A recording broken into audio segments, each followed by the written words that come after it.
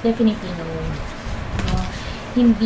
Hindi crazy ang pumupunta sa psychiatrist. Siguro that's the old notion, yung old thinking ng unang panahon na pag nasisiraan, yung tinatawag natin nasisiraan ng bait or yung crazy, yun lang yung pumupunta sa psychiatrist. Hindi.